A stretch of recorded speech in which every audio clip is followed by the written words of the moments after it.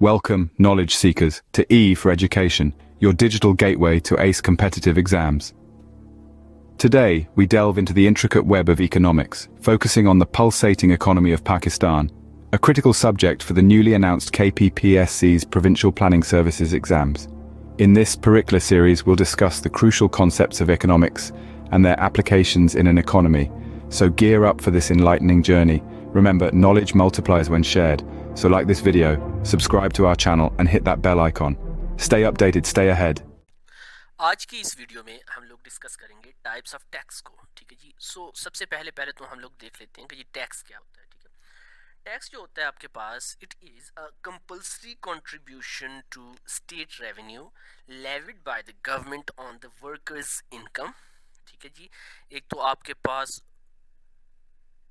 Workers income आ गई, उसके ऊपर होता है। ठीक है, इसी तरीके से आपका जो बिजनेस प्रॉफिट है उसके ऊपर आपको कोई कंट्रीब्यूशन करना पड़ता है गवर्नमेंट स्टेट रेवेन्यू में। इसी तरीके से आपके जो बिजनेस प्रॉफिट्स हैं उसमें, ठीक है, added to the cost of some goods and services and transactions जो है उसके ऊपर भी आपके साथ दिया जाता है, जिसको हम लोग इनडायरेक्ट टैक्सेस कहते हैं।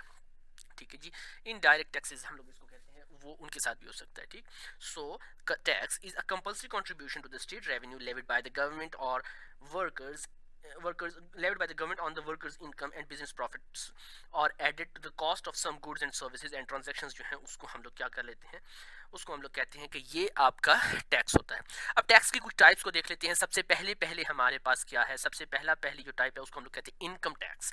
इनकम टैक्स जो है आपके पास, it is imposed on the earnings of the individuals, business and other entities जो है उसके ऊपर होता है। It can be progressive, meaning the higher income is taxed at higher rates and ये आपके पास जो है deductions and credit can be available to reduce the taxable income जो होगी आपके पास उसके ऊपर भी होगा। ठीक, आपके पास जो आपकी इनकम है, इनकम के ऊपर आपका जो टैक्स लगेगा, चाहे वो आप कोई जॉब करके कमा रहे हैं या आप कोई बिजनेस करके कमा रहे हैं, आपकी जो इनकम है उसके ऊपर आपका जो टैक्स लगेगा उसको हम लोग इनकम टैक्स कर देते हैं। ठीक, और ये आपके पास प्रोग्रेसिव टैक्स भी हो सकता है, ये भी हम लोग इंशाल्लाह आगे पढ़ेंगे। प्रोग्रेसिव टैक्स में ये होता है कि जी जो अमीर लोग होते हैं या जिनकी इनकम हमारे पास ज़्यादा होती है उसके ऊपर टैक्स भी ज़्यादा लगता है, और जो हमारे पास गरीब लोग होते हैं जिनकी इनकम हमारे पास कम होती है तो उनके ऊपर टैक्स भी हमारे पास क्या लगेगा, कम लगेगा। ओके, इसी तरीके से कॉर्पोरेट टैक्स है, tax on the profit earned by corporations. ठीक है जी, rates can vary based on the size and types of the corporations जो है उसके ऊपर होगा।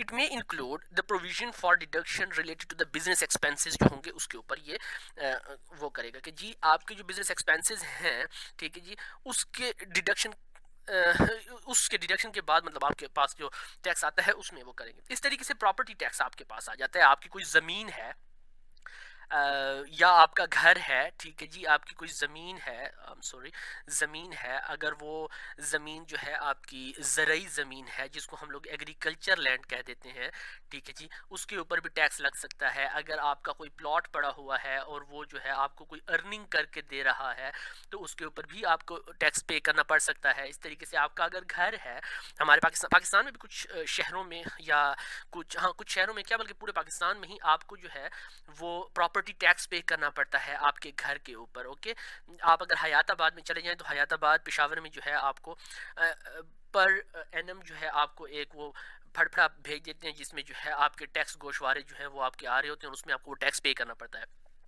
ठीक, इस तरीके से लोकल गवर्नमेंट जो है often assess and collect the property taxes, इसको वो करते हैं। हयाताबाद के केस में अगर हम लोग देख लें तो हयाताबाद में आपके पास ये काम पीडीए करता है, पेशावर डेवलपमेंट अथॉरिटी जो है आपकी, ठीक है जी, वो ये काम जो है कर रही होती है। बिकॉज हमारे पास सबसे बड़ा इशू, मैंने पहले भी कहा था एक वीडियो में कि जी हमारे यहाँ लोकल गवर्नमेंट सिस्टम जो है वो इतना ज़्यादा जो है ना उसके पास पावर्स नहीं है। ठीक है, funds are typically use for local services like schools, roads and public safety के लिए जो है ये यूज़ होते हैं ये वाले फंड्स। इसी तरीके से हमारे पास अगला जो आ जाता है वो क्या है, वो है हमारे पास सेल्स टैक्स। ठीक है जी, आप अक्सर औकात जाते हैं जब, तो आप देखते हैं कि जी जो भी आप सामान लेते तो उसके ऊपर आपके पास 17% सेल्स टैक्स आया हुआ होता है, applied at the point for sales of goods and services जो है उसके ऊपर वो आ रहा होता है। Rate is usually a percentage of the sales price के ऊपर जो है वो दे रहे होते हैं कि जी जो आपकी सेल्स प्राइस है उसका 17% लेट से होता है, ठीक है। इस तरीके से it can be levied at the state, local and municipal level, okay, उसके ऊपर होता है। 18th अमेंडमेंट के बाद 18th अमेंडमेंट के बाद ये जो अथॉरिटी है यानी कि सेल्स टैक्स ऑन सर्विसेज जो है आपके पास स्पेशली, ठीक है जी, सेल्स टैक्स ऑन सर्विसेज, ये आपकी जो प्रोविंशियल गवर्नमेंट है ये वो कलेक्ट कर सकती है या वो करती है, ओके, ये वो कलेक्ट करती है। अब 18th अमेंडमेंट के बारे में इंशाल्लाह हम लोग एक डिटेल्ड वीडियो ज़रूर करेंगे और वो मेरा ख्याल से ज़रूर होनी चाहिए, उसकी जो बेहतरीन पॉइंट्स हैं उसके बारे में हमें ज़रूर डिस्कस करना चाहिए।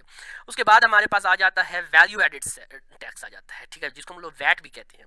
अ consumption tax applied at multiple stages of production and distribution, business pay tax on value they add to the product, ठीक है, common in many countries around the world, ठीक, कि जी हर एक स्टेज के ऊपर फॉर एग्जांपल एक फैक्ट्री है, उसने कोई रॉ मटेरियल मंगाया है, ठीक है जी, और उसने उसको फिनिश्ड गुड में क्या करना है, कन्वर्ट करना है। अब उधर क्या होगा, असेंबलिंग होगी उसकी, ठीक है। अब उसने जो जिन जिन इलाकों से या जिन जिन जगहों से वो रॉ मटेरियल उसने मंगाया है, उन पॉइंट्स पे या उन जगहों पे उस पे पहले से जो है वो टैक्स उसके ऊपर लग चुका होता है, ओके। कि जी फॉर एग्जांपल मैं जो है एक मोटर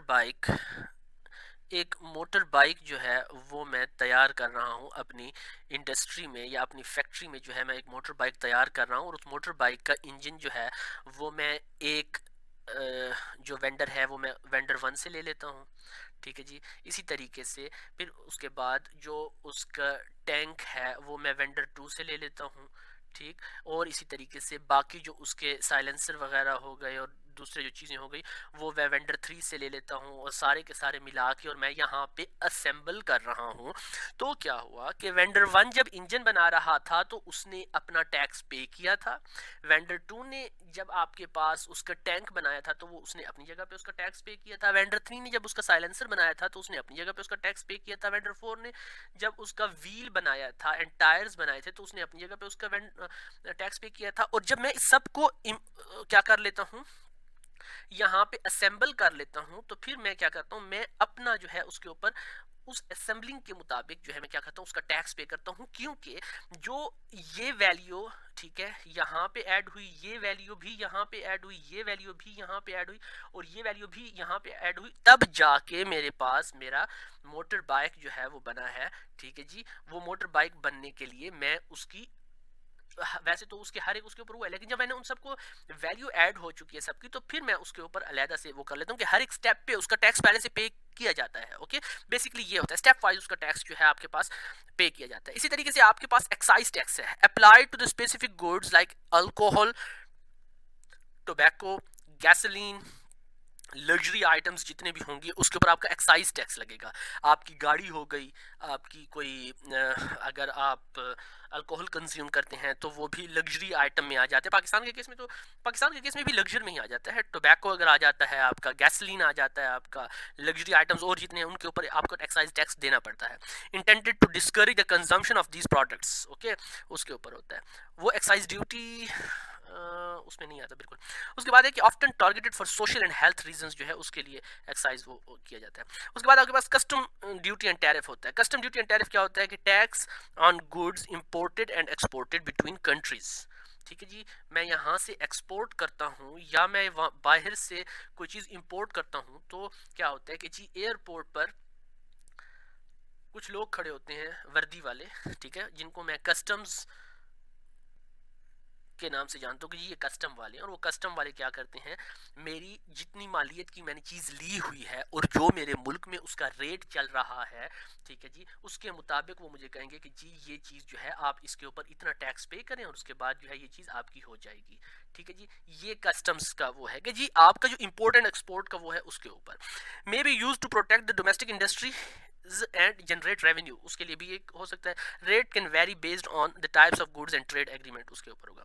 उसके बाद आपके पास कैपिटल गेन टैक्स है, कैपिटल गेन टैक्स आपके पास क्या होता है कि it is applied to the profits made from sales of assets such as stocks, bonds and real estate. उसके ऊपर जो आपको टैक्स होगा वो आपका कैपिटल गेन होगा। आपने अपना कोई घर बेचा है, ठीक है जी, उसके ऊपर आपको टैक्स देना पड़ता है, जिसको हम लोग क्या कहते हैं, कैपिटल गेन टैक्स कहते हैं। आप अगर फॉर एग्जांपल कोई वो बेच रहे हैं, कोई आपका प्राइस बॉन्ड निकल आया है, ठीक है जी, प्राइस बॉन्ड जब आपका निकल आया तो उसमें भी आपको कैपिटल क्या हो रहा है, आपको कैपिटल मिल रहा है, ठीक है जी, और वो जो कैपिटल मिल रहा है या जो पैसा मिल रहा है उसके ऊपर जो है आप जो वो गेन कर रहे हैं उसके ऊपर आपको टैक्स जो देना पड़ेगा उसको हम लोग कैपिटल गेन टैक्स कहेंगे। उसके उसमें क्या कहते हैं, rates can be varied based on the holding period and the types of assets, उसके ऊपर होगा। सम एग्जाम्पशंस में apply, specially for primary residences जो है उसके लिए वो नहीं होता, लेकिन पाकिस्तान के केस में वो भी हो रहा होता है। उसके बाद आपके पास inherent tax and state tax जो होता है वो levied on the transfer of the wealth from deceased person to their heirs, ठीक है जी, उसमें वो होता है। अच्छा, एक बात है कि इनहेरेंट टैक्स जो होता है ये पाकिस्तान के केस में नहीं होता, ठीक है जी। आपके जो लीगल ईयर्स हैं उनको आप जब वो करेंगे कि जी अगर आप मर जाते हैं, खुदा न खास्ता अल्लाह ना करे, तो आपकी जो जायदाद है वो आपके बच्चों में जब ट्रांसफर होगी तो उसमें आपको टैक्स पे करना पड़ता है। ये पाकिस्तान में ये चीज़ नहीं है, ओके। उसके बाद आपके पास rate can vary and exemptions may apply to certain amounts और the types of the property, उसके ऊपर ये वो करते हैं। दूसरे मुल्कों में होता है, यहाँ पे जो है ये नहीं है। उसके बाद आपके पास है पेरोल टैक्स। पेरोल टैक्स आपके पास क्या है, levied on the wages and salaries paid by the employers and employees, उसके ऊपर used to fund social security, Medicare and other social programs जो है उसके ऊपर वो कर लेते हैं। पेंशन टाइप का आपके पास जो है ये वो आ जाता है। Generally employers and employees each contribute a portion.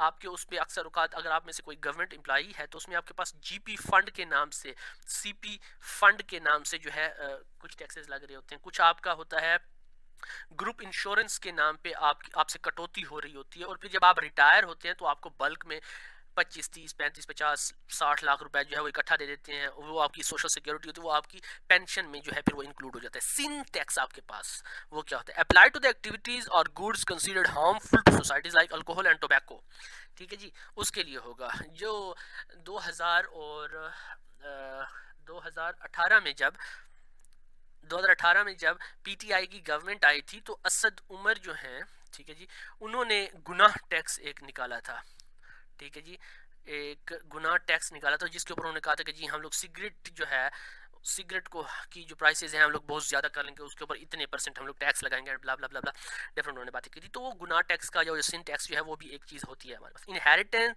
Intended to discourage consumption and generate revenue for the health related programs. Cigarette आपकी हेल्थ के लिए जो है वो नहीं है, ठीक।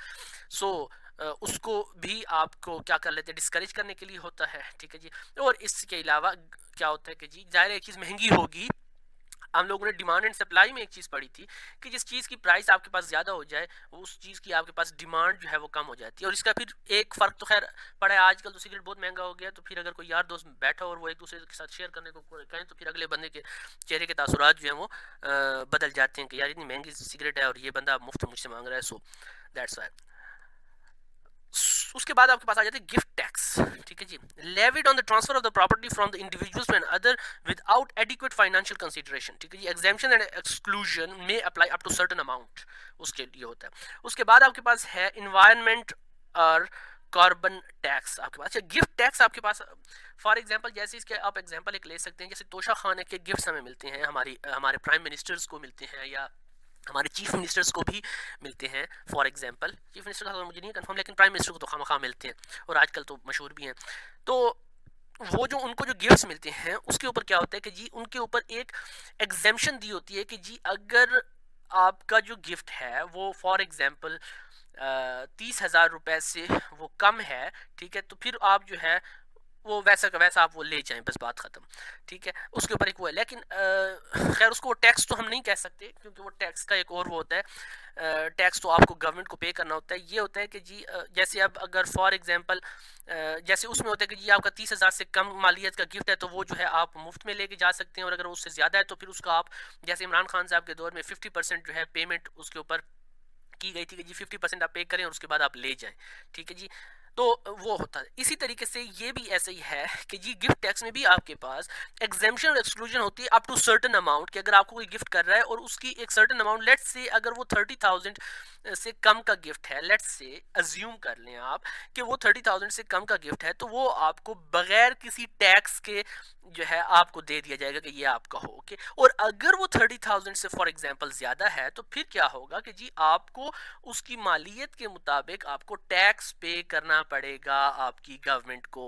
ओके, उसके बाद आपके पास इन्वायरमेंटल एंड कार्बन टैक्सेस आपके पास क्या होते हैं, applied to the activities generating carbon emission और contributing to the environmental degradation जो होता है उसके लिए अगर वो करोगे जी, अगर आपका कार्बन फुटप्रिंट बहुत ज़्यादा है तो उसके ऊपर भी गवर्नमेंट आपके ऊपर टैक्स लगा सकती है कि जी आप माहौलियाती आलूदगी फैला रहे हैं, जिसकी वजह से आपको आपके ऊपर ये कंपल्शन है कि आप टैक्स पे करें। ठीक है जी, आप उसको टैक्स जो है आप पे करें। Aims to encourage the environmentally friendly practices and fund environment initiative जो है, इन्वायरमेंटल इनिशिएटिव जो है उसमें वो होता है।